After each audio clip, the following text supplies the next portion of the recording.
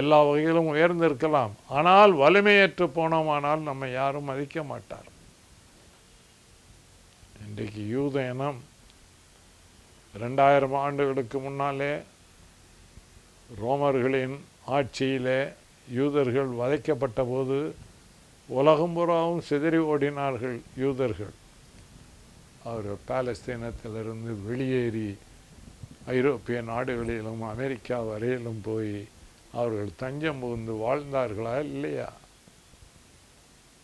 அந்த யூதனத்தை 2ஆம் உலகப் போருக்கு முன்னால் ஹிட்லர் ஜெர்மனியிலே மட்டும் வேட்டையாடவில்லை, அவன் போரிலே எந்தெந்த ஐரோப்பிய நாட்டை பிடித்தானோ அந்த நாடுகளில் உள்ள யூதர்களை எல்லாம் வேட்டையாடினான். 50 லட்சத்திற்கு மேற்பட்ட யூதர்கள் கொன்று குவிக்கப்பட்டார்கள் என்பது உலக வரலாறு. அந்த அழிவுக்கு பின்னால் யூதர்களுக்கு புத்தி வந்தது, ஞானோதயம் பிறந்தது. நாம் நம்முடைய மொழியை இழந்தோம், இனத்தை இழந்தோம். எல்லாவற்றையும் இழந்ததனால்தான் இந்த கதிக்கு ஆளானோம் என்று உணர்ந்துதான் அவர்கள் உலகம் பூராமல் இருக்கக்கூடிய யூதர்கள் ஒன்றுபட்டார். அவர்களுடைய மொழியான எபிரேய மொழி, இயேசுபிரான் பேசிய மொழி எபிரேய மொழி செத்து புதைக்குழிக்கு போய்விட்டது. அதை பேசுவார் இல்லாமல் இருந்த அந்த மொழியை சவக்குழியிலிருந்து தோண்டி எடுத்து புத்துயிர் ஊட்டினார்கள். யூத குழந்தைகள் கட்டாயமாக நம்முடைய மூதாதையர்களின் மொழியான எபிரேய மொழியை கற்று தீர வேண்டும், நம்முடைய பண்பாடுகள் அவர்களுக்கு போதிக்கப்பட வேண்டும் என்று திட்டமிட்டு செய்தார்கள். இஸ்ரேல் என்ற ஒரு நாட்டை தங்கள் வலிமையினாலே உருவாக்கினார்கள். இன்றைக்கு உலகத்தில் வலிமை வாய்ந்த நாடுகளில் ஒன்றாக இஸ்ரேல் திகழ்கிறது. உலகம் அதை மதிக்கிறது.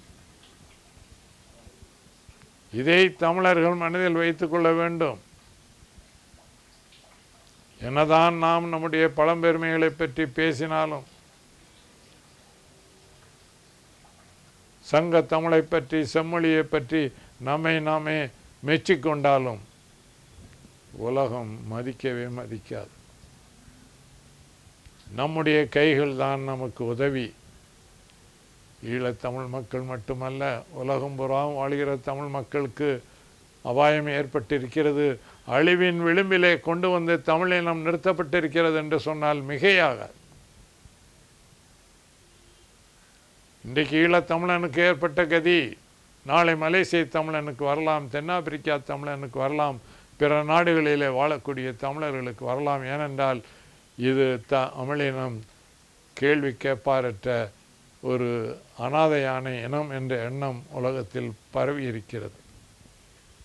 இந்த எண்ணத்தை மாற்றியாக வேண்டும். நம்மை நாமே காப்பாற்றிக் கொள்வதற்கு தயாராக வேண்டும். உலக தமிழர்கள் ஒன்றுபட்டு நிற்க வேண்டும். ஒன்றுபட்டு உலகத்தின் எந்த மூலை முடுக்கிலே தமிழனுக்கு அநீதி இழைக்கப்பட்டாலும் அதை எதிர்த்து போராடுகிறவர்களாக தமிழர்கள் மாற வேண்டும். அப்படி மாறினால் ஒழிய அழிவின் விளிம்பிலிருந்து தமிழினத்தை மீட்க முடியாது. நம்மையும் நம்முடைய மொழியையும் நாம் காப்பாற்ற வேண்டுமானால் நாம் வலிமை வாய்ந்தவர்களாக, தொலைநோக்கு பார்வை உள்ளவர்களாக,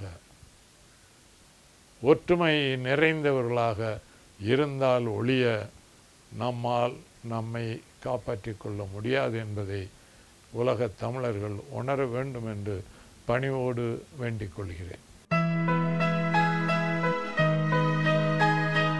2011ஆம் ஆண்டு மே 17ஆம் தேதி தொடங்கப்பட்ட சிறகு இதழ் 2ஆம் ஆண்டை முடித்து 3ஆம் ஆண்டில் அடி எடுத்து வைக்கக்கூடிய இந்த காலகட்டத்தில் அதை நான் மனமாற வாழ்த்துகிறேன். உலகத் தமிழர்களின் குரலாக ஒலித்து கொண்டிருக்கும் சிறகு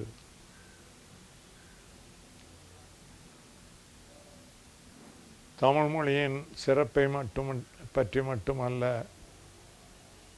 தமிழர்களின் பிரச்சனைகள் குறித்தும் அதை தீர்க்கும் வழிவகைகள் குறித்தும் உலகத் தமிழர்களின் ஒற்றுமையை குறித்தும் எந்த நாட்டில் தமிழர்கள் வாழ்ந்தாலும் அந்த நாடுகளில் அவர்கள் மதிக்கப்படுகிற ஒரு இனமாக வாழ்வதற்குண்டான வழிவகைகள் குறித்தும் சிறகு இதழ் தொடர்ந்து தொண்டாற்றும் என்று நம்புகிறேன். நன்றி, வணக்கம்.